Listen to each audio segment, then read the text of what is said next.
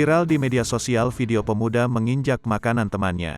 Video diunggah akun Instagram @faktakamera, Minggu, tanggal 2 Januari tahun 2022, itu, seketika viral. Terlihat sejumlah pemuda asik makan bareng di atas daun pisang atau ngeliwet.